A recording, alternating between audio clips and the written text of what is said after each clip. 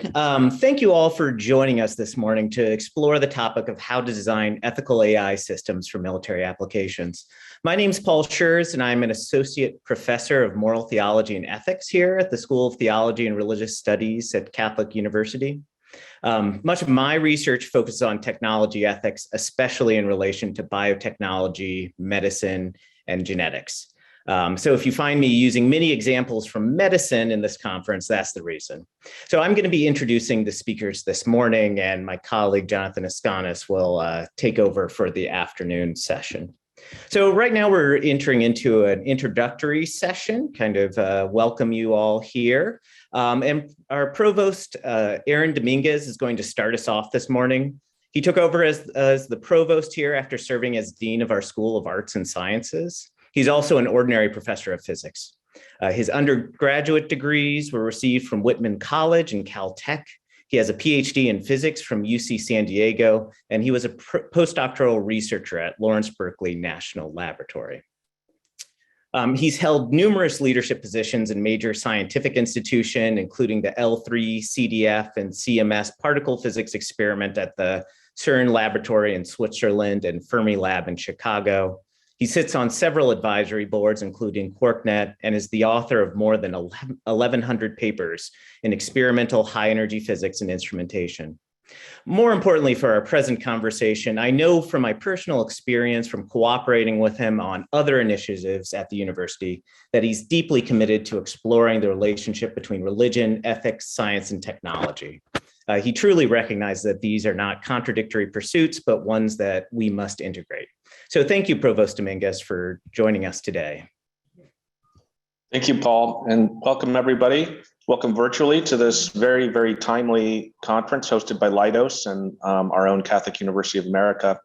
And I really want to especially thank Leidos and their leadership team for their support of this conference and their excellent partnership with our university. I'm very thankful for it and looking forward to many years of fruitful collaboration with Leidos.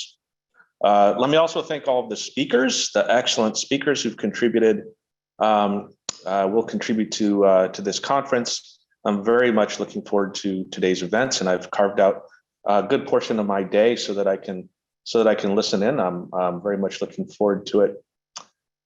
We began planning this conference last year, I think last summer, before the shocking and horrible events that we now see unfolding before our eyes in the past month in the world, in Europe. And it was clear to us then, as we began planning it, and even more so now, that the world really needs us, people like us, to come together and to come forward with a compelling and robust understanding of human-machine interactions, and in particular, the ethical use of artificial intelligence in warfare, and to come at it from a perspective of a correct understanding of what a human person is. And without this foundation of the centrality of the human person and an understanding of who we are, atrocities happen. And that's what we're seeing unfold before us. From our side, what we're bringing to bear is our own comprehensive Catholic research university, and partnering with excellent people like Leidos to address these important issues. And I just want to thank you all again with this very brief welcome, and I'm very much looking forward to today's sessions. Thank you very, very much.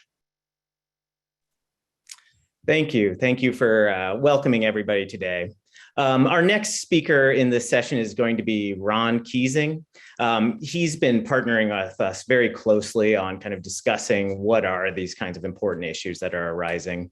He's the vice president for AI at Leidos, where he's responsible for developing and implementing the company's AI and machine learning strategies.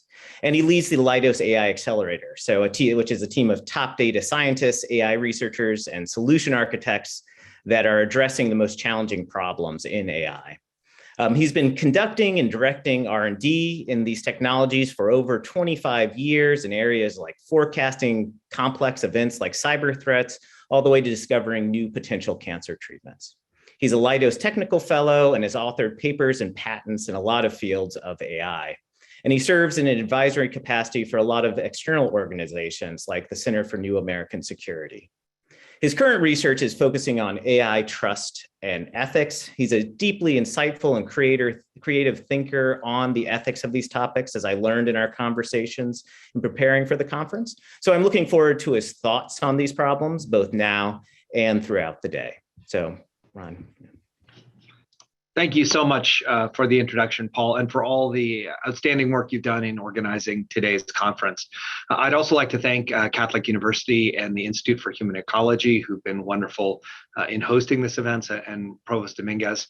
We're excited about a long and deep partnership with Catholic University to work through these really central problems. I'd also like to thank today's speakers and panelists. We're really excited about the lineup of people who have so much to contribute on this important topic. And I say this topic is important. Why is it so important to Leidos?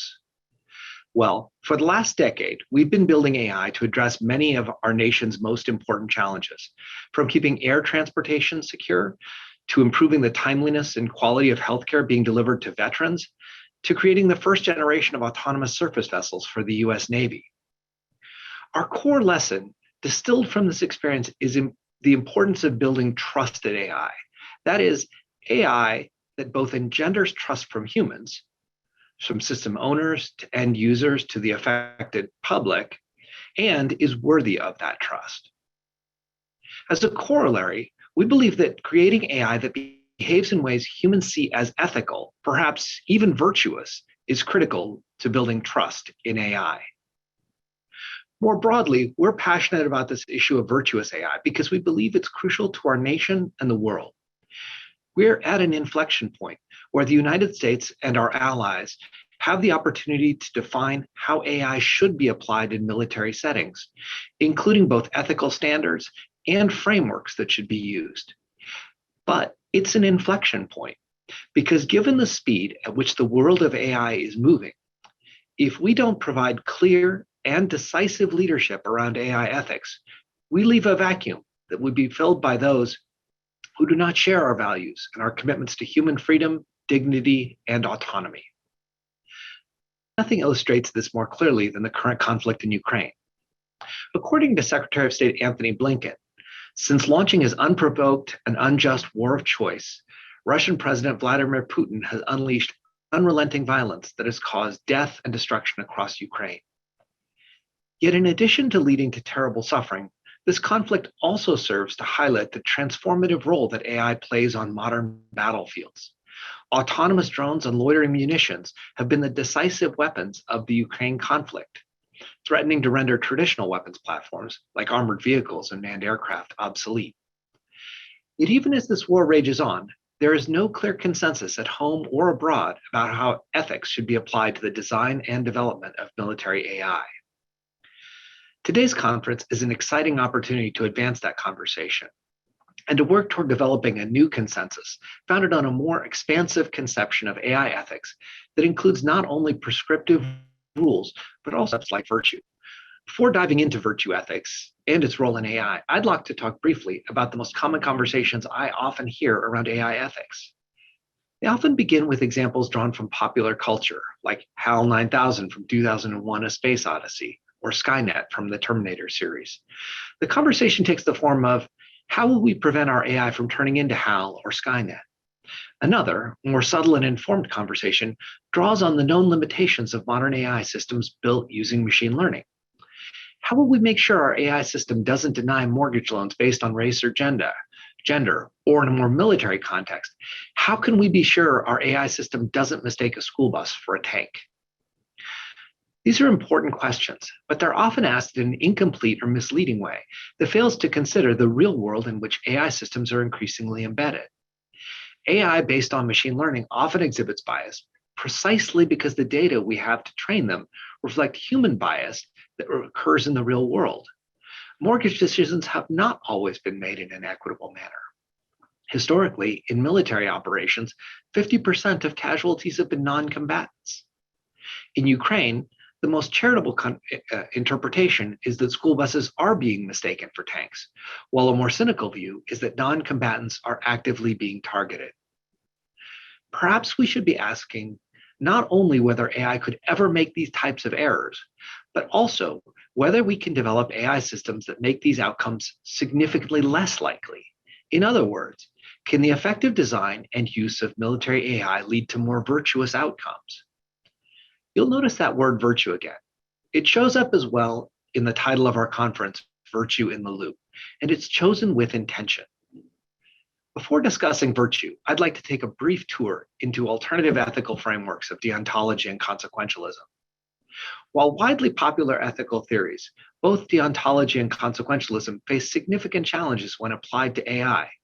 Applied deontology often leads to logical conflicts or absurd conclusions, and it is difficult to provide a guiding principle to account for the near infinite choices an AI may face, especially on a dynamic battlefield. For consequentialism's part, it is practically very difficult to predict or even retroactively assess whether an action will lead to objectively good outcomes, particularly when humans themselves don't always agree about how to weigh the costs and benefits of ethical decisions. I would argue that virtue ethics may offer a way forward that allows us to rethink the relationship between humans and AI and to help us design better systems that involve human-machine teaming. By focusing on the underlying character of the person, or perhaps even the AI, virtue ethics highlights several important concepts. For those who believe that AI could itself eventually have moral agency, virtue ethics guides us to explore what characteristics we would like to teach our AI. For example, transparency, accountability, justice and fairness, non-maleficence, responsibility, and respect for human agency, dignity, and privacy. For those who do not believe we can ascribe moral agency to machines, we can still consider virtue ethics as informing how to create AI that humans perceive as behaving ethically. Central to virtue ethics is the idea of practical moral wisdom gained through experience. Modern AI is typically built using machine learning. Such systems could be trained on data sets of applicable ethical situations, learning to make decisions humans perceive as virtuous through experience and testing before ever being deployed. They could gain further experience through real-world interactions and human feedback about those interactions. And the results of such learning could be shared with similar agents to improve their behavior. Such a federated learning scheme for ethical behavior could lead to rapid and massive improvements in performance. Moreover, we can draw on many ideas from virtue ethics to consider the relationship between humans and AI. Consider, for example, designing AI that serves as a source of practical wisdom for helping humans to develop and enhance their own ethical decision-making. In our example of the AI systems making mortgage recommendations, perhaps we can and should focus on developing AI that acts as a partner, helping humans make less biased decisions by highlighting evidence that assists in making fairer, more ethical, and ultimately more virtuous decisions. Similarly, in our school bus example, we could develop AI that helps humans not just identify a target, but also assess the potential impacts of deciding on a course of action, particularly when knowledge is incomplete, as often happens in the fog of war. We are already seeing in the Ukraine conflict how the greater situational awareness gained through effective use of AI is allowing Ukrainian forces to target their adversaries with remarkable precision. There's one final point I would raise around the goal of virtuous AI that stands to advance the discussion of military AI ethics. Current considerations around AI ethics tend to focus around a minimum standard. It is being defined as a bar to cross, with systems either meeting an ethical threshold or falling short. Defining our goal as virtuous AI drives us to set our sights higher, developing AI that doesn't just avoid turning into Skynet, but improves continuously in a never-ending bid to achieve more virtuous outcomes in the world.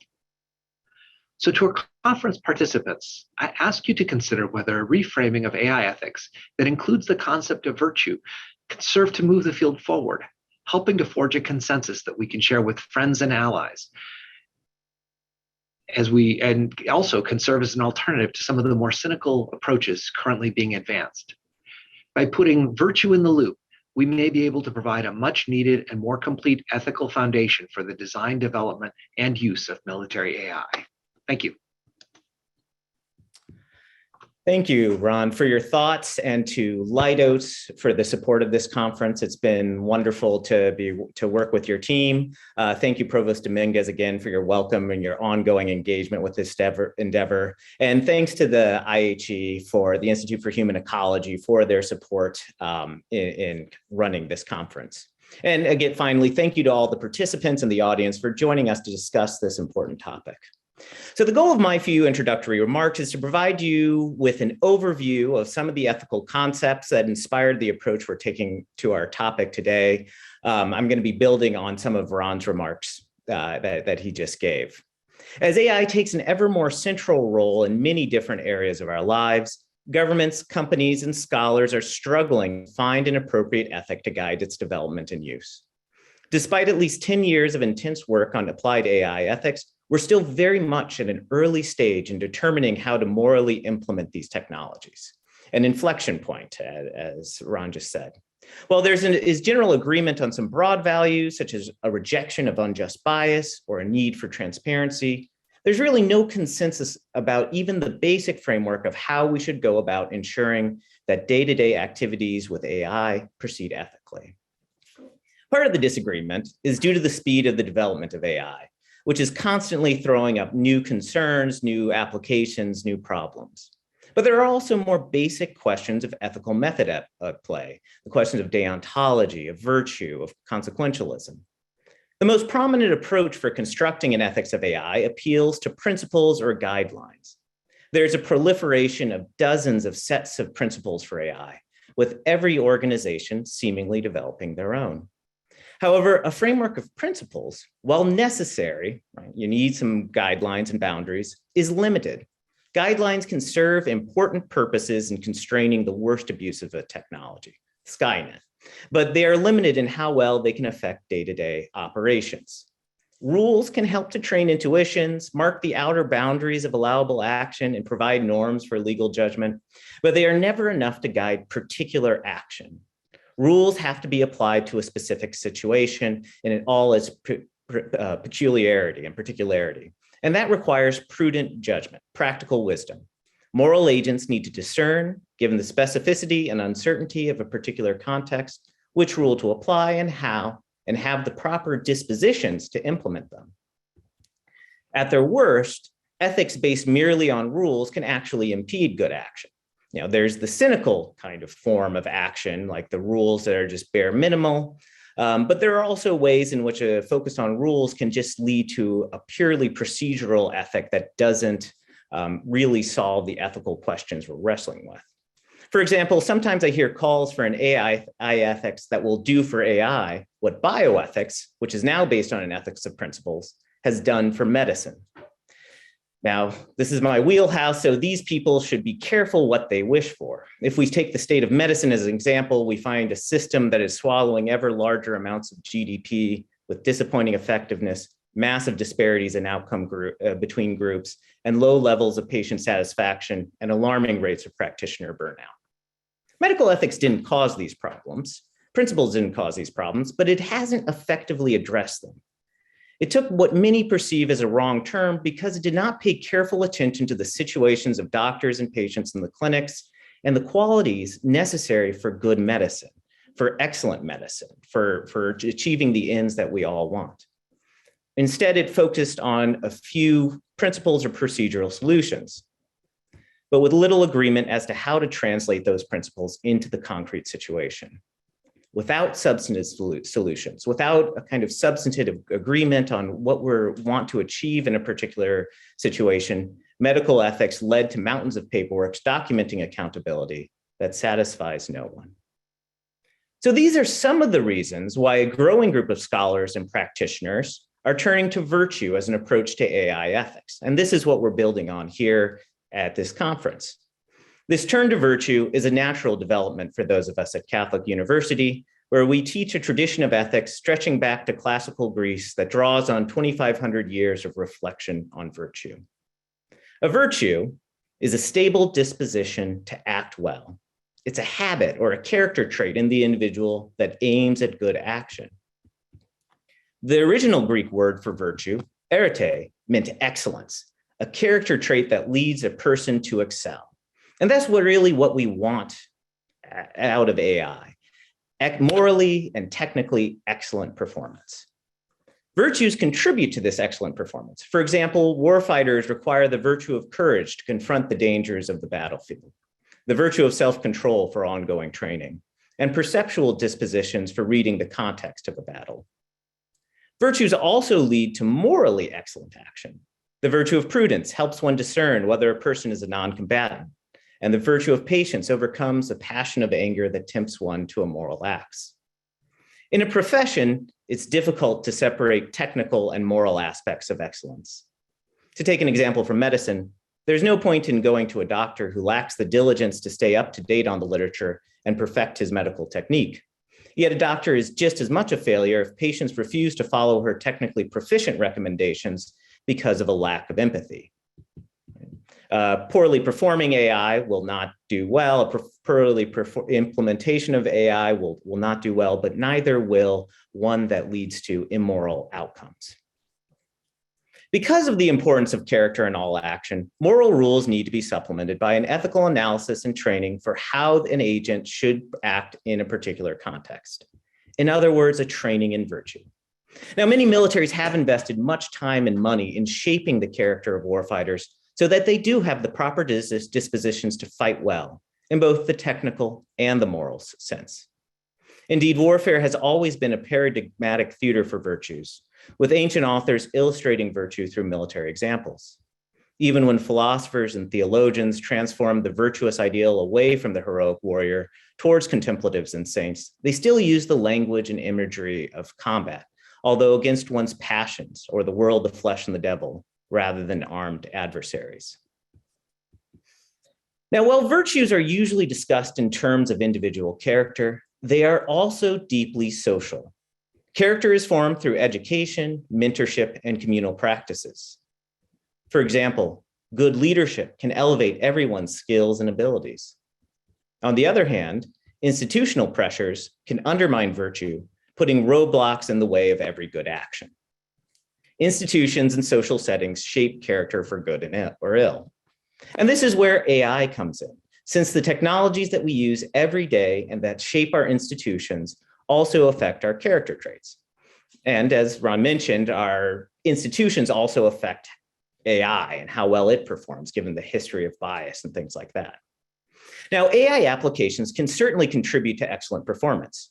For example, these programs can help to ensure the accuracy and speed of decisions, as well as help a user parse much more data than she otherwise could. And this is the kind of outcome we want to help AI to achieve. Yet technical systems can also undermine excellence. Most famously, automatic control systems on planes can tend to degrade pilot skills as they lose practice in actually flying planes. This leads to pilots' attention drifting during flight, causing disasters when they need to take over in emergencies. As users become more accustomed to a system, they start to trust it even when the system's data is clearly wrong or biased. The user can be lulled into a false sense of security and so be unprepared when things go wrong. They can be given too much or too little information, leading to errors of judgment or information overload. Systems can discount important details, misshaping the user's perception of the situation.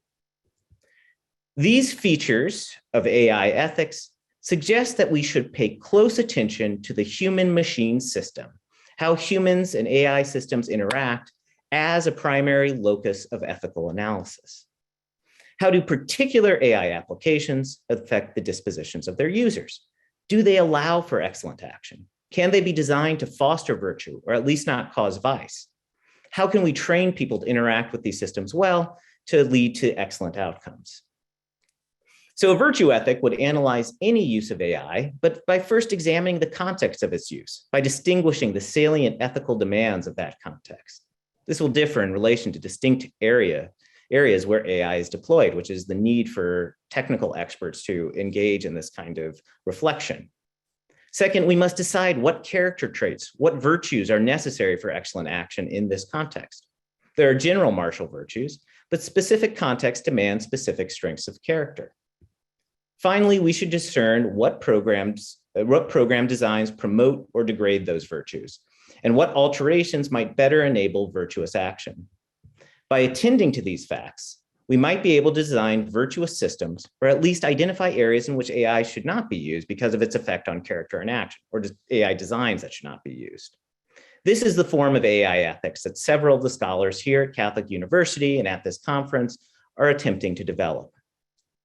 Such an investigation is necessarily interdisciplinary, involving, in the case of military applications, experienced warfighters, ethicists, social scientists, and those actually designing these systems. I'm happy that today we've been able to bring together participants from the spheres of the military, the academy, and industry to discuss these problems. This is the kind of confluence of expertise that we need. In these talks, speakers will broadly examine the tradition of virtue in the military, along with the more specific demands of different aspects of modern warfare. We will discuss particular cases of AI and how they have both succeeded and failed in promoting virtuous action. Finally, we hope to bring forward ideas for better designing these systems. I trust that the conversations we have today will contribute to the development of a broader virtue ethics of AI. So to give you a preview of the rest of the day, we'll start with a discussion with Paul Scherz, who will provide an introduction to the current use of AI in the military, give us a real overview. Then we'll have two sessions that are going to engage ethical reflections by philosophers, social scientists, and theologians on AI's effects on virtue in particular cases. Finally, we'll turn in two sessions to practitioners to hear how they're addressing these ethical issues. From this multifaceted discussion, we hope to begin to provide a blueprint for engaging these emerging issues.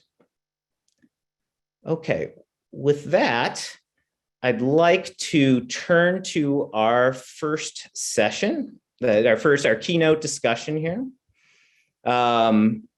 Where we are going to, and I'm very excited about this session, which features Paul Scherz, who is really one of the foremost experts on the military use of artificial intelligence, as shown in his award-winning book, Army of None, Autonomous Weapons and the Future of War, which won the 2019 Colby Award and was named one of Bill Gates' top 5 books of 2018. He's currently the Vice President and Director of Studies at the Center for New American Security. Scherz previously worked in the Office of the Secretary of Defense, where he played a leading role in establishing many of its policies on unmanned and autonomous systems and emerging weapons technologies, including leading the DoD working group that established the department's policies on autonomy and weapons systems. He's also been involved in establishing policies on intelligence, surveillance, and reconnaissance programs, as well as directed energy technologies. Prior to that, Scherz served as a Special Operations Reconnaissance Team Leader in the Army's 3rd Ranger Battalion and completed multiple tours to Iraq and Afghanistan. He's a graduate of the Army's Airborne Ranger and Sniper Schools and honor graduate of the 75th Ranger Regiment's Ranger Indoctrination Program. Along with his book, Army of None, he's published articles across the media in the New York Times, the Wall Street Journal, Foreign Policy, and Foreign Affairs, among other outlets. He's appeared on many of the major news networks, testified before the House and Senate Armed Services Committee, and has presented at the United Nations, NATO, the Pentagon, the CIA, and other national security venues. He holds a PhD in war studies from King's College, London, and an MA in political economy and public policy, and a BS in physics from Washington University in St. Louis. There's been a slight change in the program. Luis Vera, who is scheduled to moderate this session, has had to withdraw to deal with a family emergency. So this conversation will now be led by William Hasselberger, who is Associate Professor in the Institute for Political Studies of the Catholic University of Portugal. Perhaps more saliently for this context, he is also the director of the Digital Ethics Laboratory at the Catholic University of Portugal, which is a really exciting venture that's emerging there. He's also a visiting fellow at the Institute for Advanced Studies in Culture at the University of Virginia. He received his BA from the University of Miami and his PhD in philosophy from the University of Virginia.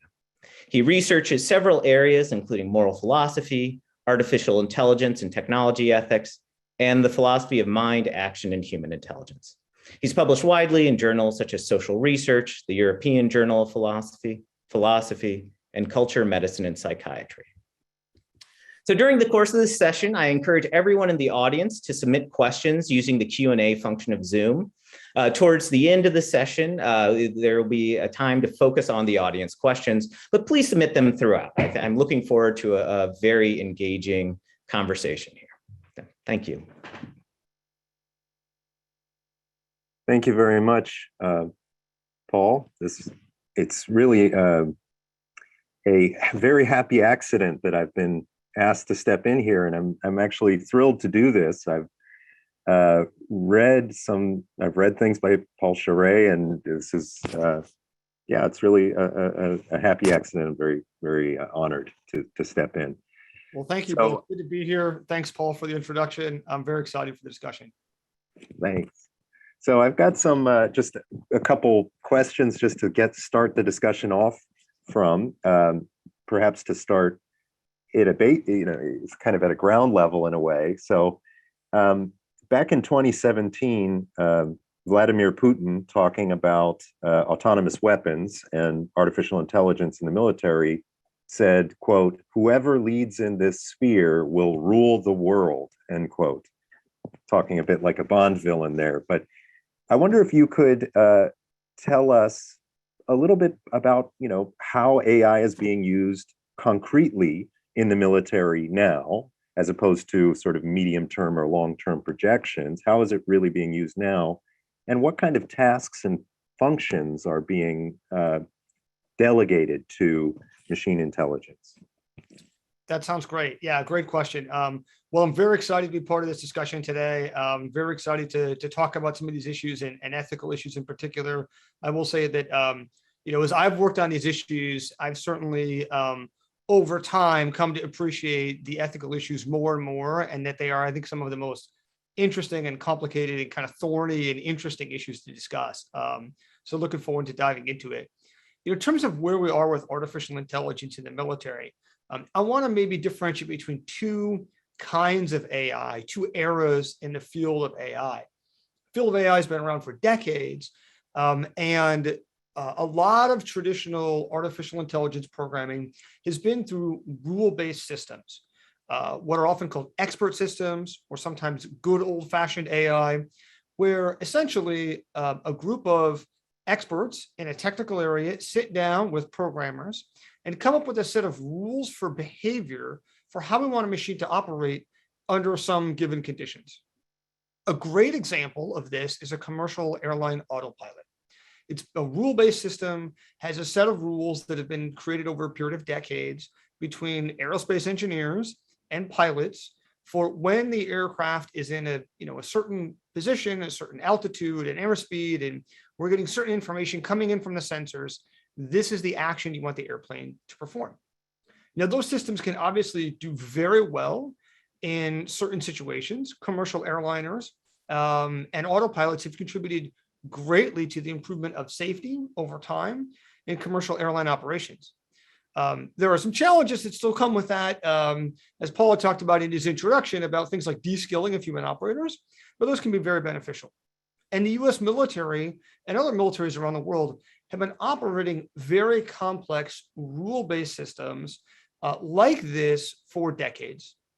Very complex types of automation and software in missiles, in air and missile defense systems, in aircraft.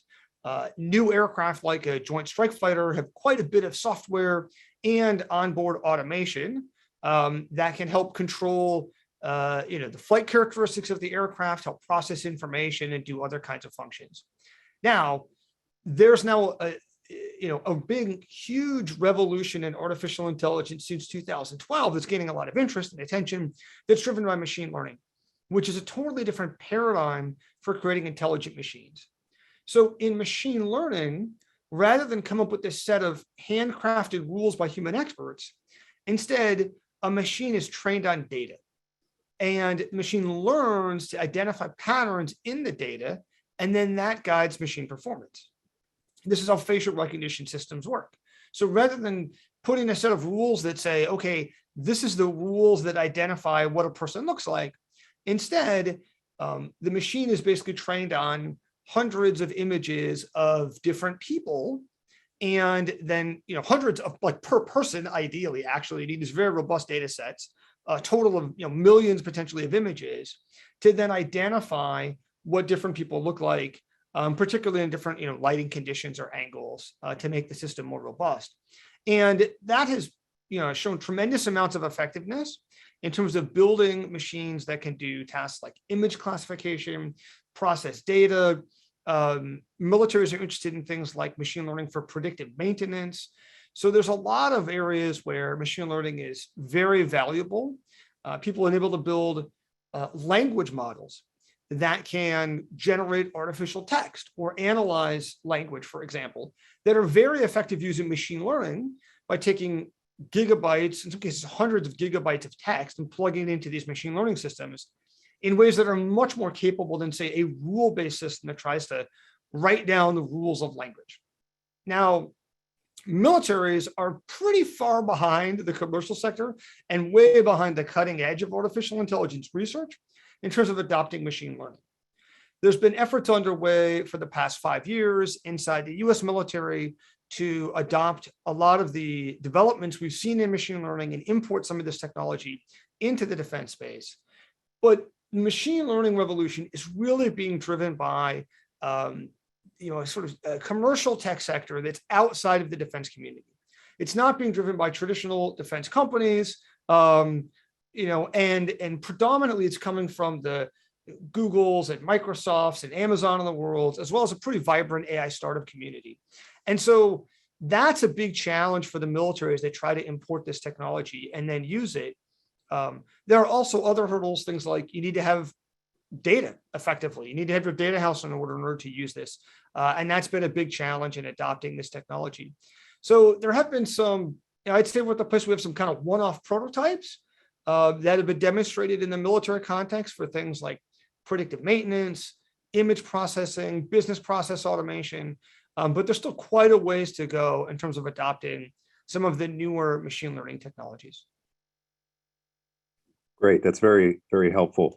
What do you see as the main kind of drivers towards greater automation and integration of AI in the military context? I mean, what are the cognitive challenges of the battlefield that could benefit or that seem to be, driving this development? Yeah, like any new technology, there's a combination of both push and pull dynamics of users asking, having problems, seeking solutions, and then engineers or people that are enthusiastic about technology kind of looking to find ways to apply it. Both of those are really valuable. I'd say that one of the challenges with AI often is finding a clear use case. What is the use case for how we can use machine learning to solve this problem? And in particular, because machine learning can do some things really effectively, but it can't do everything. It certainly doesn't come close to the power of human cognition in terms of sort of general purpose information processing. And in order to use machine learning very effectively, you need generally very large data sets that are cleaned up in ways that can be, allow machines to train on the data, and then often have to be labeled, which can be painstaking in terms of labeling the data process, the data sets, and then using them. There are ways to use unlabeled data, but a lot of the AI applications today are using labeled data. And so for the military, it's often been a challenge of finding, okay, I have this new technology. I know it's going to be good for something. Where can I find an application where there's a real problem to solve? And I have data that I can use to solve it. And there's a clear metric of performance. Predictive maintenance is a good example of this, where we know that we would like to improve the availability of military systems, reduce the amount that they're down for maintenance. So it's a clear metric for better performance. And if we can get adequate data on maintenance records, that might be used to make maintenance operations more efficient and more effective.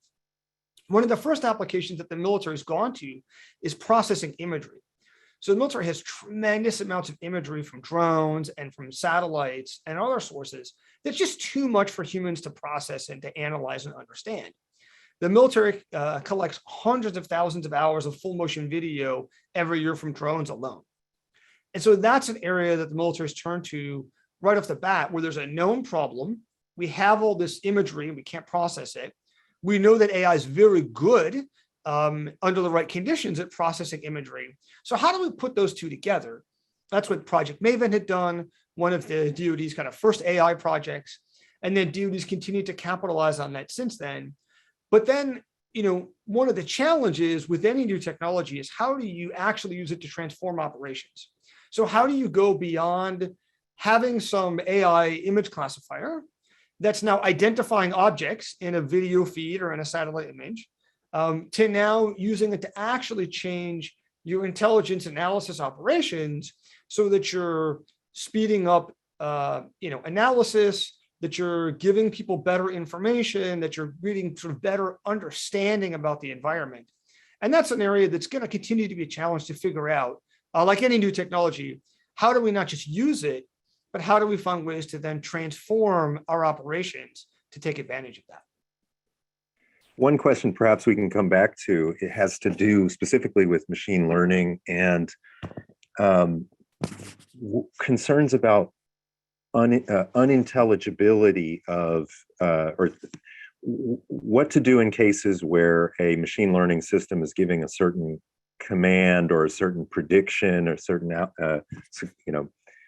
decision support output, and the process by which the system reached that output is opaque and untransparent even to the designers of the system, just due to the mathematical complexity of neural networks and so forth. That may not be such a big problem when it comes to, what you're getting recommended on Spotify or something like that, where it seems like, it doesn't really matter how that, if you don't understand how the algorithm reached that decision. But is there something specific about decisions in war and decisions in combat, in these kinds of cases where human lives are at stake, where unintelligibility or these concerns about intelligible AI become particularly thorny or significant? Yeah, I think it's going to depend on the particular situation and the context. And there's certainly some applications in the military context and others where we're going to want to be able to understand, why did the machine come to that conclusion? And ultimately, it's going to require over time getting to a place where we have trust in terms of how people use the machines. But trust doesn't mean blind faith. That means that people understand the parameters of the system, what it can do, what it can't do. And some degree of intelligibility is important. Like I get in a car, I drive a car every day. I'm not an automotive engineer. I have some level of understanding about what a car does and how I need to interact with it in order to effectively use the machine. So when the gas gauge is on E, I know that I need to put gas in the car. And I need to do that pretty quickly, or I'm going to get into trouble pretty fast. I know if I'm driving down the road and it starts making a weird sound, like the tire's gone flat, I better pull over and get that tire fixed. I know that if the check engine light comes on, I need to take it into the shop, pretty soon. So how do we get to the place where people have appropriate levels of understanding of the machine? It's not entirely a black box. That's appropriate for their usage, which doesn't mean necessarily everything in terms of every type of functionality of how it's working. People use microwaves in their homes every day. I think a lot of people would be hard pressed to explain exactly what a microwave's doing or how it works. And that's okay. Now, for a lot of these AI systems, they can be, in fact, quite opaque, not just to the users, but to even the designers. So if we look at something like large language models that do artificial text generation, these are very effective at generating artificial text that's pretty believable to humans. But if you try to ask, well, why did it write that kind of text? There's not a good answer to that, because the answer why is buried inside the neural network, this kind of connection of, in some cases, billions, maybe hundreds of billions of parameters inside this neural network. There's not a clear rule-based answer you can follow. That's going to be a challenge in some settings. So if you look at something like an airline autopilot, if there's an accident and the autopilot fails and there's a crash, that system even though there might be situations where the user is confused by what it's doing, and there've been examples of this, where there've been accidents where the pilot is unclear about what the system is doing and why it's performing a certain way, misunderstands it. After the fact, we can generally interrogate these systems to understand that. These rule-based systems, kind of good old-fashioned AI, these expert systems. It's much harder for machine learning. Things like image classification. Well, why did it say that this image is a certain person or a certain object? In some cases, we might be able to better understand that. And this is something that people are working on. They're trying to sort of peel back the layers of these neural networks. Try to understand, what are the aspects of the image that it's latching onto, for example. So it's an open area of research. I think that, assuming we need 100% explainability is not necessarily required. There are, medications that are approved for use where sometimes we don't actually totally understand the mechanism of action, but we have an approval process where we go through clinical trials, we understand that these are effective, that they're safe, and we have justified confidence in these in order to use them. And that may be the case for some AI systems where we can get to the place where we say that, we have justified confidence in its performance under certain conditions, and that allows us to use it and trust it in an appropriate manner. Good, thank you. Maybe we can start to transition to the main area of the conference, the questions of moral character, moral skill, and judgment, and in the domain of AI-enabled warfare. Perhaps a good way to start would be we could talk about some of the limitations of human agents or human warfighters, and some of the limitations of automated or autonomous weaponry in the battlefield context. As we know, one of the rationale for applying AI in a particular practice or area is that human beings can be biased or emotional or irrational. They can have pretty predictable cognitive irrationalities that come about. We know in the war fighting context, human beings can commit atrocities, unfortunately, as we've seen in the last few days in Ukraine. Machines do not have that, presumably, but they have other kinds of limitations. And perhaps you could talk a little bit about kind of what are the benefits that some hope to take from automated weaponry, and what are some of the limitations on machine intelligence in that kind of domain? Yeah, absolutely. No, that's a great question. And I think the short answer is that both human and machine cognition have advantages, and militaries are going to be most effective, both operationally and ensuring compliance with the law of war and operating ethically, when they combine the advantages of both of those. When they're using humans and machines teaming together as part of a joint cognitive system. One of the challenges going to be is that as machines are improving, that sort of balance about what's the appropriate way to use humans and machines is going to move over time. And that's going to be a continued challenge as we see more capable AI systems in really lots of places across human society. And we're going to move from a world where right now, in many places, in driving, in medicine, in war, we're having humans do tasks because machines cannot do them. As the machines become more capable, we're going to start using machines to do some of those tasks. Machines are already taking over driving tasks, doing things like automatic parking, automatic lane keeping, intelligent cruise control, automatic braking. So there's certain kinds of driving functions that we're having, machines take over. And then as machines become more capable, we're going to have to figure out not just, as kind of Paul talked about his introduction, what are the rules that we program into the machines for behavior? How do we want them to act in different settings? But also, are there some tasks that require uniquely human judgment?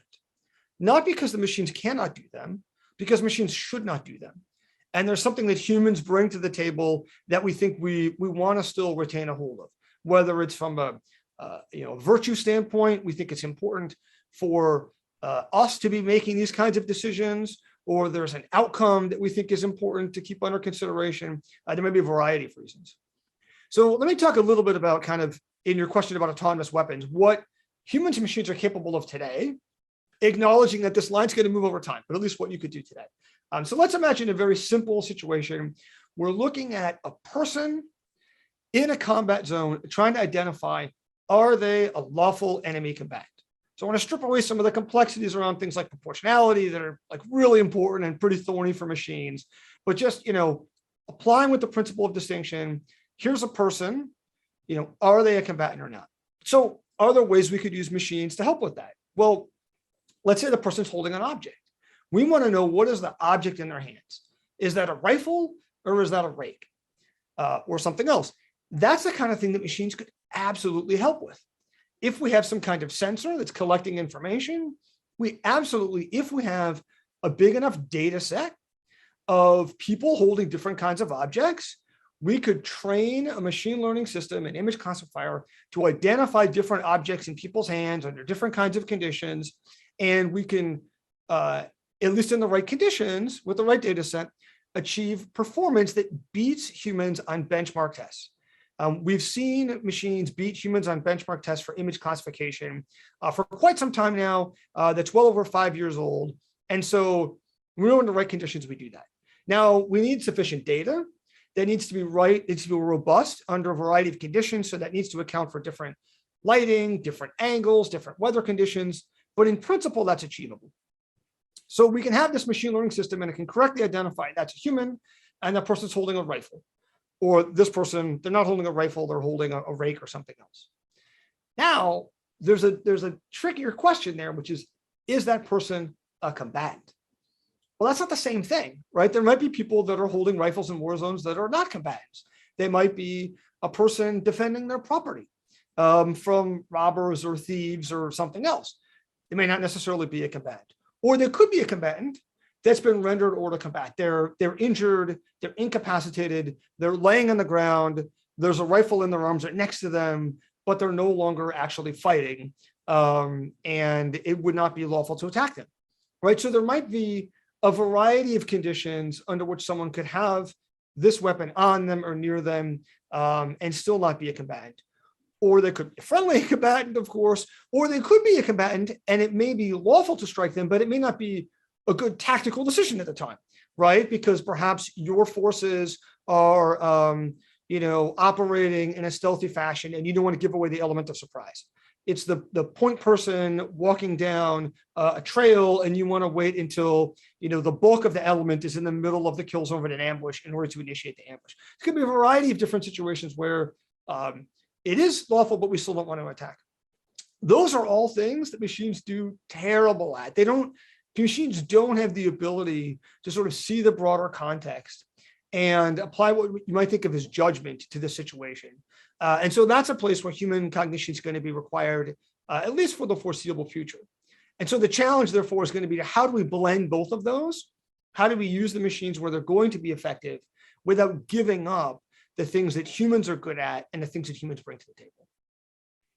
Yeah, that's great. I'm glad you brought up there at the end the role of judgment and discernment and kind of anthropocentric discernment of the significance of different features of a particular context, which really brings to mind, the virtue ethical tradition in moral philosophy, right? So the idea coming way back from Aristotle that sound moral judgment is primarily the exercise of a certain kind of excellence of character, a virtue that is not codifiable narrowly into that's just a set of propositions or rules, and that is gained or cultivated through a kind of learning by doing process. Kind of like, Aristotle compares gaining a virtue to learning how to build something or learning how to play the harp or learning how to perform these various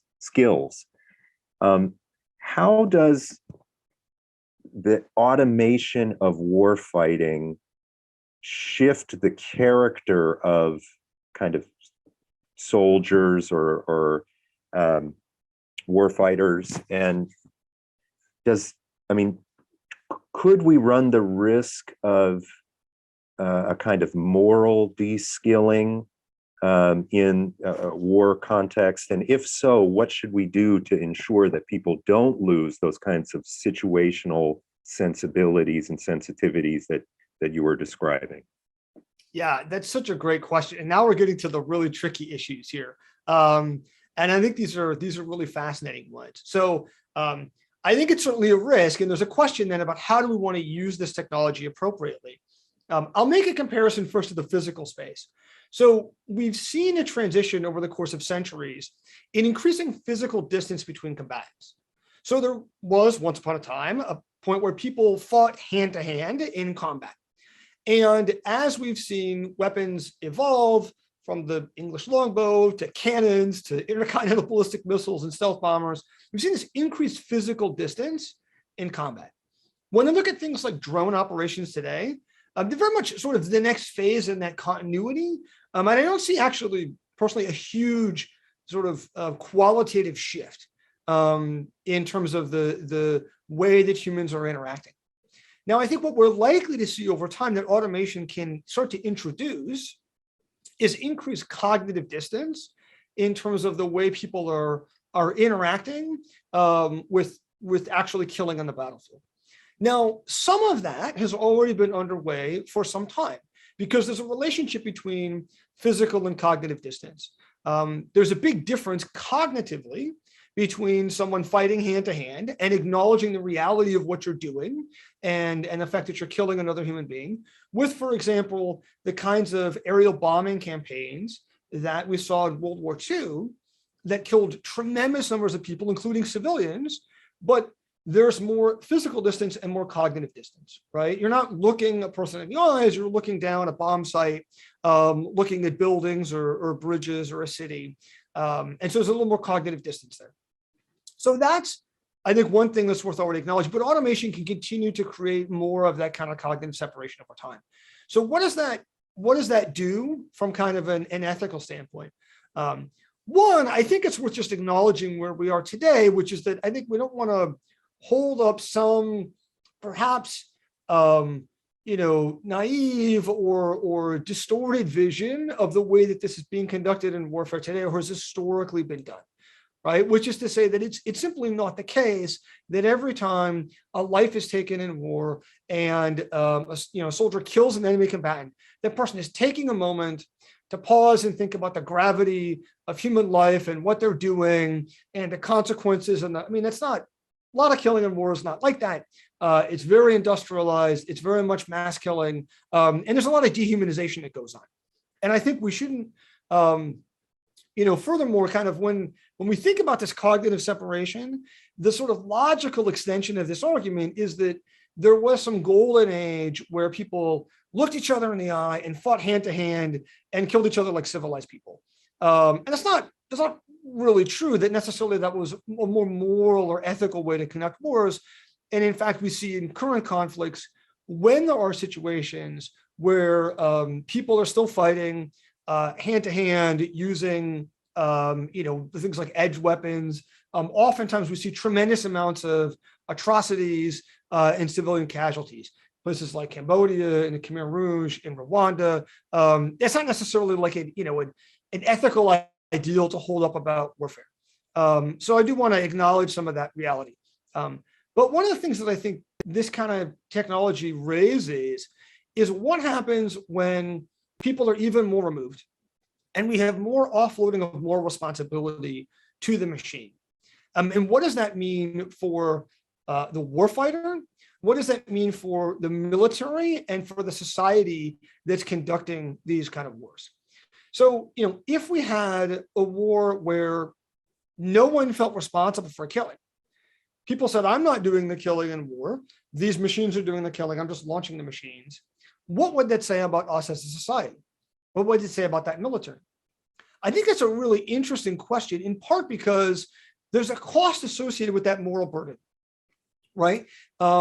There's a heavy psychological cost that comes with people taking that moral responsibility for killing in war in terms of things like PTSD and moral injury.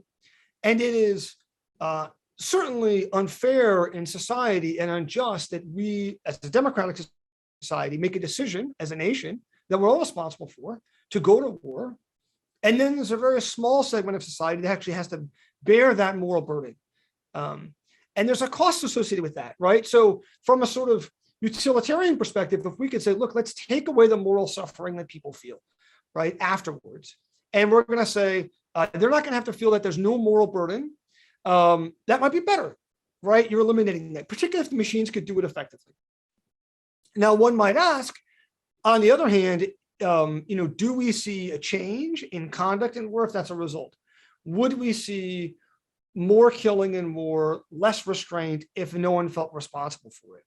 In the 91 Gulf War, the US stopped the air campaign early because images of the highway of death in Iraq made it seem, according to Gulf War Air Commander Chuck Horner at the time, said that we are punishing the Iraqi forces. We are cruelly punishing them. And so they pulled the plug early on the air campaign. So, if we didn't feel responsible for that killing, would there be more killing and more? That's certainly possible. But even if that weren't the case, I think the virtue ethics are quite interesting of, what would it say about us if no one felt responsible at all? Yeah, and I mean, I wonder if that would change the kind of moral meaning in a way of what it is to engage in war. Or, I mean, I could imagine a more virtue ethical, someone coming from a more virtue ethical perspective saying, well, the problem with that kind of massive cognitive distance, even in cases where we imagine that this leads to fewer overall casualties on the battlefield, less PTSD. So kind of from a utilitarian angle, there's less overall human suffering. The problem is that fewer people are kind of coming to grips with the moral meaning of what's happening. Individual, conscious, human, irreplaceable human lives that are being extinguished in a mechanical fashion where no one is taking responsibility or accepting it or something.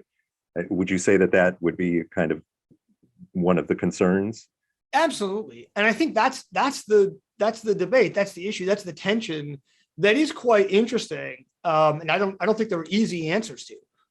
What is, virtuous here, or would it be better to instead focus on simply the consequences? And I think there's no easy answers there. It's an interesting, I think, sort of challenge that we'll have to deal with as the technology moves forward. Thank you. And just to remind the audience that you can pose questions in the Q&A. Please do so. I'd be happy to field some questions. Maybe I could raise one kind of more, I suppose, global or geopolitical issue here, which is that AI in the military is being, AI, autonomous weapons, where this controversy is occurring this debate is occurring not only in kind of the liberal democratic West, but in a global context in which we're seeing increasing great power competition between liberal democratic states and more authoritarian and expansionist states. How does that affect this discussion? I mean, I can imagine some people saying, look, yeah, this is all well and good to talk about the ethics of AI applications in the military and, ethical norms and good virtues for the operation of AI, but we can't slow this down if we're to maintain our competitive edge over authoritarian states that may have fewer scruples about the use of killer bots or whatever. How does the global context change this debate? That's a great question. Certainly one that's particularly relevant today, as we see not only Russia's invasion of Ukraine, but also new information about some of the atrocities committed by Russian soldiers in areas that they've occupied and the murders of civilians. So I think this is a very challenging issue. It is in some ways a shadow that looms over all of this debate around autonomous weapons. And there's certainly school of thought. There's arguments people have made of, look, let's not kid ourselves. Countries like Russia and China, they're not going to hold back on this technology. They're going to be moving out aggressively, and we need to do the same. I think certainly if we're thinking about ethics as a constraint on technology, is Russia going to be constrained in terms of how they use autonomous weapons because of ethical concerns? No. I think that's silly to think that. I mean, right? Clearly, already we see law of war violations that the Russian military is conducting in Ukraine, not just with artillery barrages of civilian areas, but also executions of civilians. And so there's no reason to think they're going to, ethics are going to be a factor into how they think about autonomous weapons. Is the Chinese Communist Party going to be constrained in how they use autonomous weapons because of the ethics or the law of war? No. I mean, they've got a million Uyghurs imprisoned in Xinjiang. Why would all of a sudden they care about ethics? I don't think that's realistic. These kinds of debates about ethics are not happening in some of these competitor authoritarian nations. However, a couple of things that are worth keeping in mind. One is that other countries do want to keep effective control over their military forces. And they are aware of the vulnerabilities of AI and autonomous systems to accidents, to security vulnerabilities. And so that is something that is going to be a focus of their attention. So they are going to want their military forces to operate effectively. So, while we might see ethics as a constraint here, I'm not actually sure that's the best way to think about ethics. We'll come back to that, but we might see that as a constraint here. That's not a constraint there. There are other operational constraints that are going to affect how they think about using autonomy and reasons why they might want to keep humans in control just because of military effectiveness. So it's not quite as simple as don't care about ethics, build fully autonomous weapons. I think there are going to be issues of military effectiveness come into play. The other thing is, I'll often hear people in the US defense community kind of talk about ethics as a constraint. I don't think that's the right way to think about ethics, actually. Ethics is an expression of our own values, right? That should inform how we operate. So this idea that there's a way that we would like to operate in war, but we can't because of the constraints of lawyers or ethicists is, I think, probably the wrong way to think about it. Rather, there are things that we value as a society, and that's going to inform how we operate. And compliance with law of war, ethics are sort of an expression of some of our values that are going to change how we operate. And that should inform how we do our business. So that's, I think, probably a better way to think about ethics rather than kind of, discarding it and throwing it out the window in the name of military effectiveness. In fact, I think ethics should inform how we're operating. Great, thank you very much. We have a question. Georgia Butcher asks, she says, earlier you mentioned that the commercial sector is a driver in AI and machine learning development. Do you see the ethics and concerns of the commercial sector moving into military and war spaces? So, for instance, if I could just add a little to that, big commercial companies, big firms that are very AI intensive, we see them, hiring ethics oversight boards. Facebook is doing this sort of thing. They're looking into kind of fair algorithms or transparency in programming. We see the European Union, where I am now, exploring human-centric artificial intelligence. There's a lot of catchwords and buzzwords around this sort of stuff in Europe. Do you see this stuff maybe coming from out of the civil society and commercial sector into the military? Yes, I think very much so. And I think it already has informed how the military has approached this. By one account, I think there's something 70 different, principles of AI written by different companies and governments and institutions, and more all the time. And then many places also have, beyond just kind of putting some nice principles on the website, they have institutionalized processes in terms of committees, at Facebook, at Microsoft, and others that might review applications of AI and then think about how they're employed. And a number of the major US tech firms have said that there are some AI applications they're simply not going to do. Microsoft, Amazon, IBM have all either stopped doing or put a moratorium on facial recognition for law enforcement, for example, in the United States after George Floyd's murder. to try to, until we really get the regulatory issues figured out with this technology.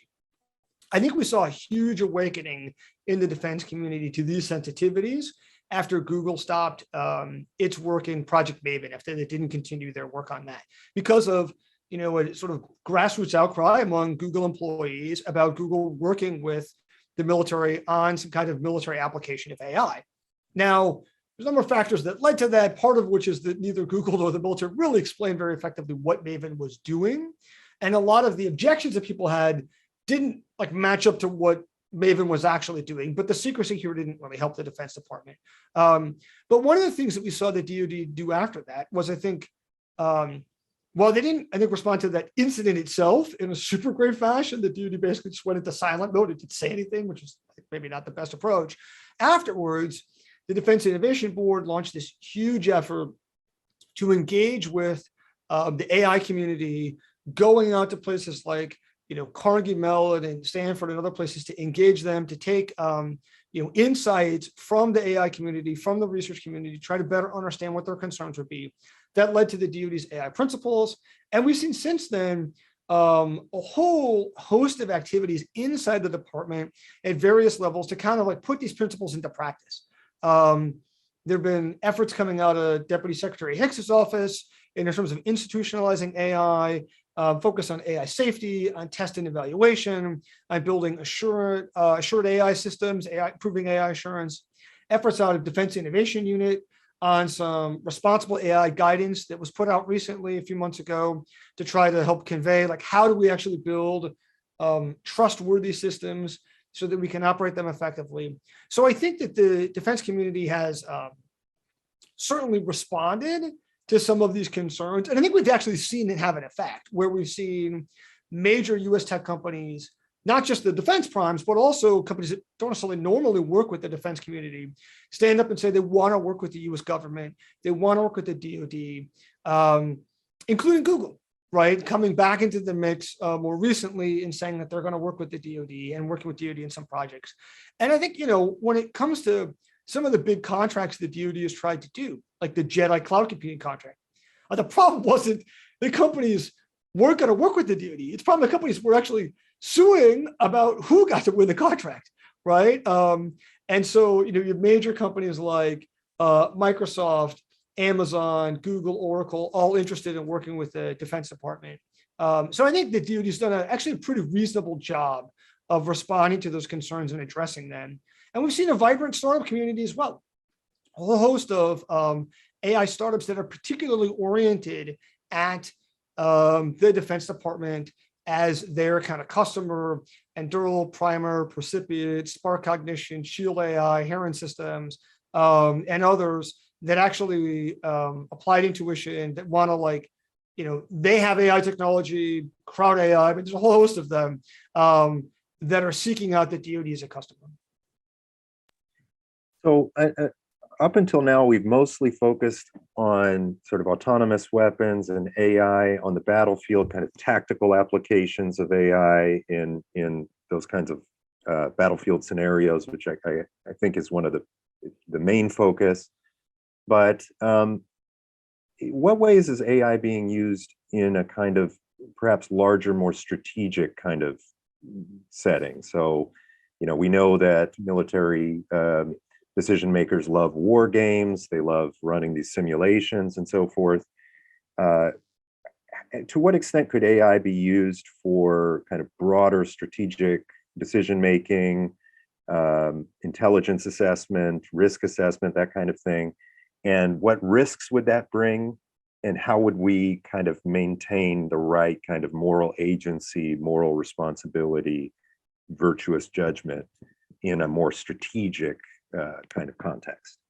Yeah, I think there's a lot of untapped potential here, particularly when we see what AI has been able to do in games, where we've been able to achieve superhuman performance in games like chess, Go, real-time computer strategy games like StarCraft 2 and Dota 2.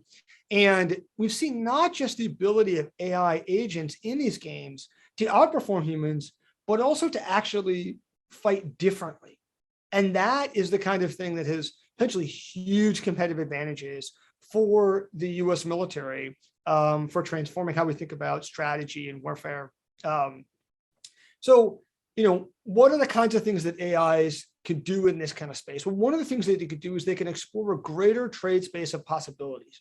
This is what allowed AI to achieve superhuman performance in poker, is they can calculate probabilities better, they can explore a better space of probabilities than humans can hold in their heads, and they've been able to achieve superhuman performance.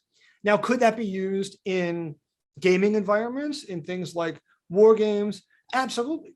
So when you think about how we execute war games today, you have people standing around a room and, they come up with a scenario and they execute it. It's very time consuming. It's very labor intensive.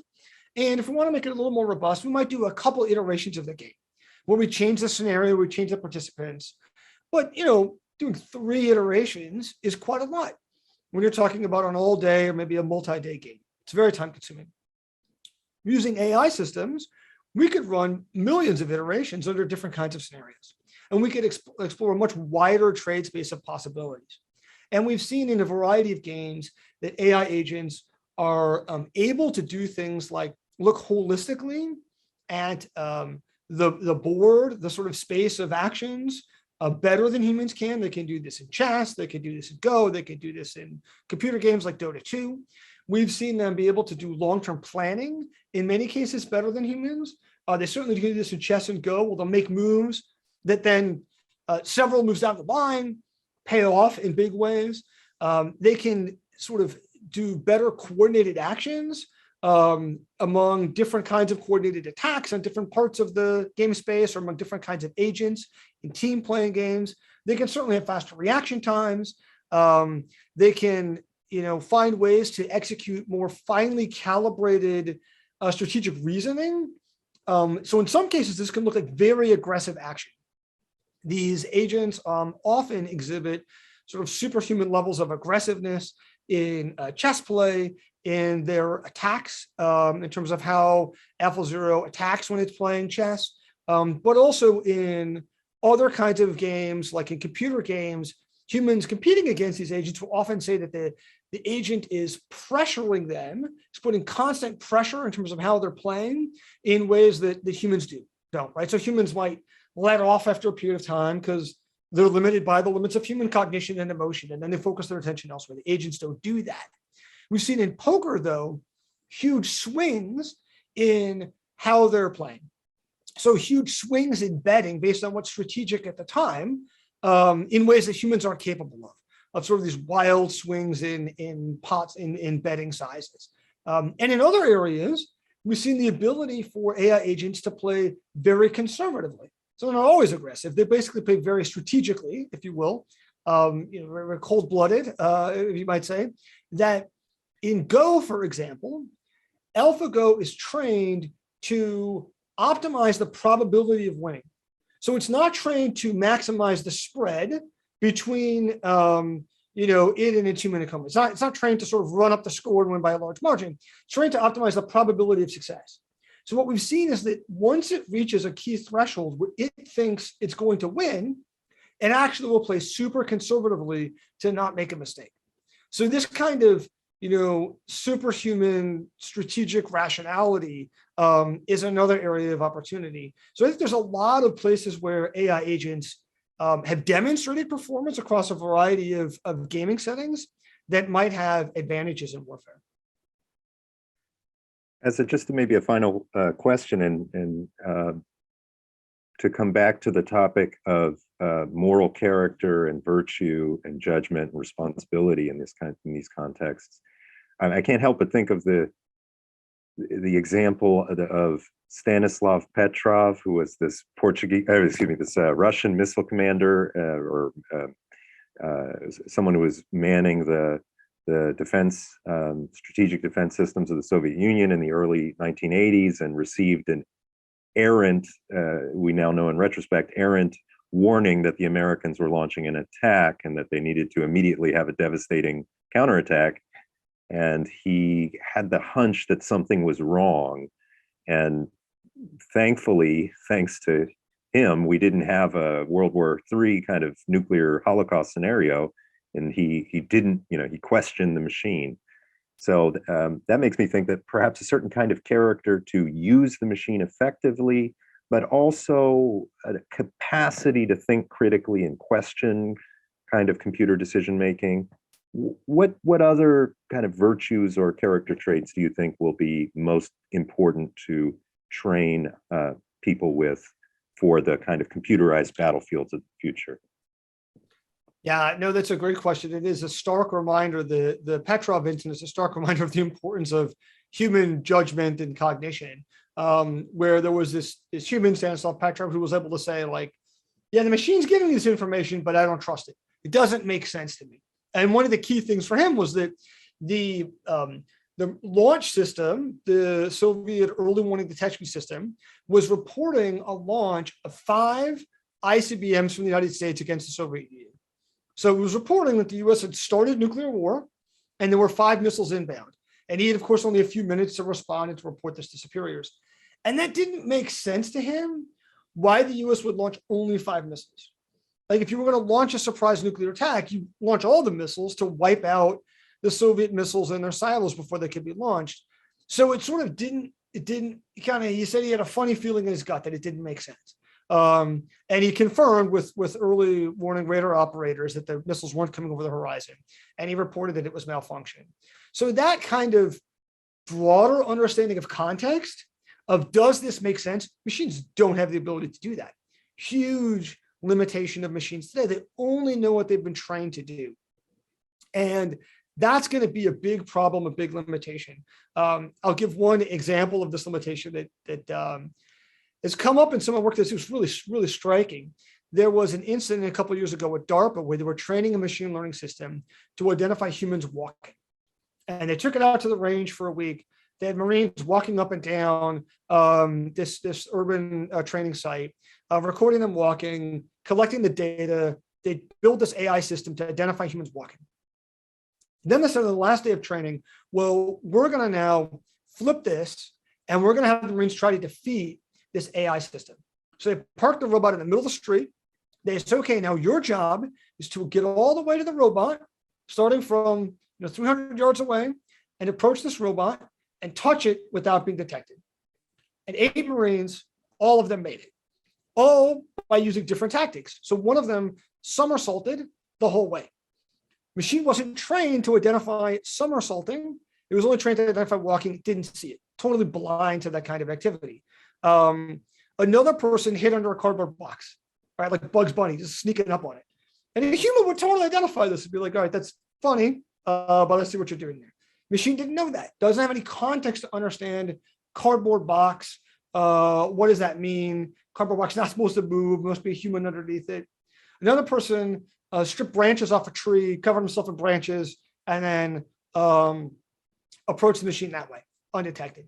So that's we're going to need humans' ability to bring their broader understanding of context for these out of bounds situations that are going to occur in warfare. And what the humans are going to have to be able to do then is to know when to intervene, to know when the machine is going to fail, and to get really effective human machine teaming. Humans are going to have a degree of intimacy with that machine and understanding its abilities the same way we have with physical machines today. So we have human machine teaming with physical machines. There's no way to fight in the air or undersea or at sea without using machines, or really very effectively on land without using machines. And when we have people operating ships and submarines and tanks and airplanes, they know those machines very intimately, right? They know their creaks and groans. They know what they can do. They know what they can't. We're going to have to get to that level with cognitive machines too, so that people have sort of this very well-calibrated trust. And we're going to have to deal with things like automation bias. Well, we know under some conditions, humans over-trust machines and they rely on automation. And there's an example I'll give where we saw this in practice, a very tragic incident. In 2003, during the opening phases of the Iraq War, there were 2 fratricide incidents with the Patriot air missile defense system. And it shot down 2 friendly aircraft, a Navy F-18 and a British Tornado. And in both of those instances, humans were actually in the loop. So humans pushed the button to launch those missiles. And afterwards, when the Army was doing its investigation of kind of what went wrong here, they talked to Patriot operators. And one of the things that they said was that they believed that if they were sitting at the console and the automation recommended a missile launch and they overruled it and didn't launch the missile, and an Iraqi Scud came in and killed U.S. service members, they would be in more trouble than if they let the automation go and followed its recommendations and launched the missile and it shot down in front of the aircraft. So not only was there technical flaws in the system, but it created a sort of social and cultural environment where people were incentivized to trust the automation. And that's the exact opposite of what we want. We want people to still be applying their human judgment. If there's somebody in uniform sitting on the other end of that machine making a decision, we want them to feel like they are responsible for the decisions that they make. And it's not just about the technology, that's also about the culture, the doctrine, the training that we put in place to support that person. Yeah, that's great. It's a sad example, but it's a very clear, I think, tangible case that we can sink our teeth into for understanding the need for not only technical skills and kind of cognitive capacities in an abstract or calculative sense, but also a kind of bedrock of moral character and the right incentive structure to produce agents with good character, good judgment, and who take moral responsibility for those kinds of decisions. Well, I think we're just about out of time here. I really enjoyed this discussion. I thought this was great. Thank you very much. Thank you. Thank you. I really enjoyed it. Thanks for having me. Thanks for the conversation. Yes, thank you very much. Thank you, Bill and Paul. That was a wonderful conversation, and I think really hit on the importance of kind of institutions, structures, kind of knowing the machines, building a good human AI system to kind of to actually have things work ethically.